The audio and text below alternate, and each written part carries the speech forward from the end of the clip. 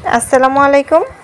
Sabrina's blog ভিডিওতে সবাইকে স্বাগতম জানিয়ে শুরু করছি। আমি সাবরিনা। কেমন আছেন সবাই? আশা করছি আল্লাহর রহমতে সবাই ভালো আছেন। আলহামদুলিল্লাহ, আমরাও ভালো আছি। গত ব্লগে আমি শেয়ার করেছিলাম আমরা সকাল থেকে কি করেছি দুপুর পর্যন্ত।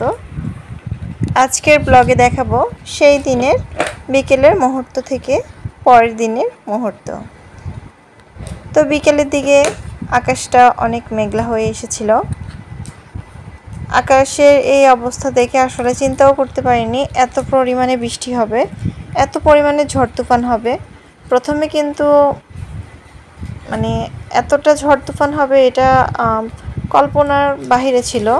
তো ঝড় তুফানে এই আমগুলো পড়েছিল, এই আমগুলো আমরা তুলে এনেছি। তো এক পর্যায়ে আমি খুব টেনশনে পড়ে যাই, যেহেতু আমি বাড়িতে আর বাসায় না জানি পানি ঢুকে যাচ্ছে। এই টেনশনে আমি অনেক আমার অবস্থা খুব খারাপ হয়ে গিয়েছিল যে বাসায় যদি পানি ঢুকে আমার প্রত্যেকটা খাট হচ্ছে জানালার পাশে। তো জানালা দিয়ে অতিরিক্ত যখন বৃষ্টি হয় তখন জানালা দিয়ে পানি কিন্তু ঢুকে যায়, বাসা বাড়িতেও পানি ঢুকে যায়। তো দেখা যায় যে আমার তোষকগুলো ভিজে যায়। এই জন্য আমি অনেক টেনশন করছিলাম, না জানি কি অবস্থা আমার বাসার। তো বাসায় এসে দেখলাম আলহামদুলিল্লাহ সব কিছু ঠিক আছে। তো এইদিকে আমি চাল নিয়ে যাই, আপু আমাকে চালগুলো ছেড়ে দিচ্ছে। আর এদিকে আমি কাঁঠাল পাতা নিয়েছি, কাঁঠাল পাতাগুলো বাসায় নিয়ে যাব। ভাগিনাকে বলেছি, ভাগিনা আমাকে একটা ঢাল কেটে দিয়েছে। তো দেখা যাক কিছু করতে পারি কি না। আমি পাতাগুলোকে ঢাল থেকে নিয়ে নিয়েছি। আর এদিকে আব্দুল্লাহ রেডি হয়ে আছে। আমি কিন্তু পরের দিন চলে গিয়েছি। ঝড় তুফান রাত্রে হয়েছিল, রাতে 9টা পর্যন্ত অনবরত অনেক ঝড় তুফান হয়েছে। তো পরের দিন সকালে আমিও প্রস্তুতি নিয়ে নিয়েছি চলে যাওয়ার। তো সিএনজি পাচ্ছিল না, অনেকক্ষণ ওয়েট করেছিলাম। ওয়েট করতে করতে প্রায় 11টা পরে আমাকে একটা টমটম ধরিয়ে দিয়েছে।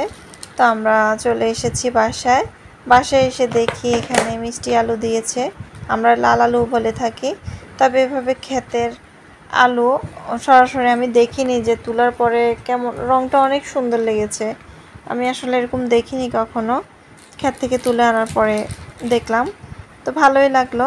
যদি জানতাম যে ক্ষেতের আলুগুলো তুলবে তাহলে আমি অবশ্যই যেতাম, আমি শ্যুট করে আসতাম, আপনাদের সাথেও শেয়ার করতাম, আমারও দেখা হতো। তো আমাকে না বলে আমার জন্য অল্প কিছু আলু তুলেছে আর ওটা আমাকে ব্যাগে দিয়ে দিয়েছে, আমি ধুয়ে রেখে দিয়েছি। আর এদিকে কিছু কাঁচা আম পেড়ে দিয়েছিল, সেগুলোকে আচার করব, এই জন্য ভিজিয়ে রাখছি যাতে লেগে থাকা ময়লাগুলো সহজে চলে যায়। আর এইদিকে এই আমগুলো হচ্ছে একটু পেকে গিয়েছে। তো বিকালে পানি আনতে ছাদে গেলাম, পানি শেষ হয়ে গিয়েছে। তো পানি নিয়ে বাসায় চলে গিয়েছি। আর এদিকে আমগুলোকে এভাবে কেটে একটু গর্ত করে কাঁটা চামচ দিয়ে এমন করে নিয়েছি যাতে করে চিনি শিরাগুলো ভালোভাবে ঢুকে যায়। আর আমি মোটামুটি আম কাটতে পারি না, আমাকে হেল্প করেছে ভাবি আমগুলো কাটতে। যে আমগুলো ভাবি ফালি করে দিয়েছে সেগুলো দিয়ে মোরব্বা তৈরি করব, আর বাকিগুলো দিয়ে এমনি আচার তৈরি করে নিব। এর পরের দিন সকালে চলে আসলাম।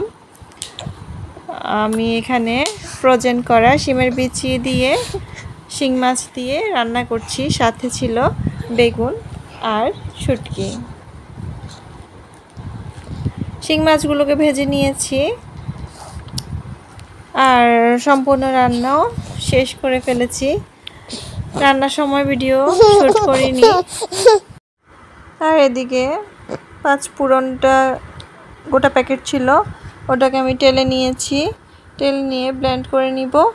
আর এদিকে আচার যেটা কেটে রেখেছিলাম সেটার এই অবস্থা, ওই আটিসহ না কাটাতে আচারগুলো একদম থেতলিয়ে গিয়েছে। তো এটা খেতে আবার অনেক মজা, ভালো লেগেছে। আমাদের বাসায় আসলে বানাতেই খাওয়া হয়ে যায়। আর এইদিকে বিকেলে ফ্রেঞ্চ ফ্রাই আর বেগুনি বানিয়েছিলাম।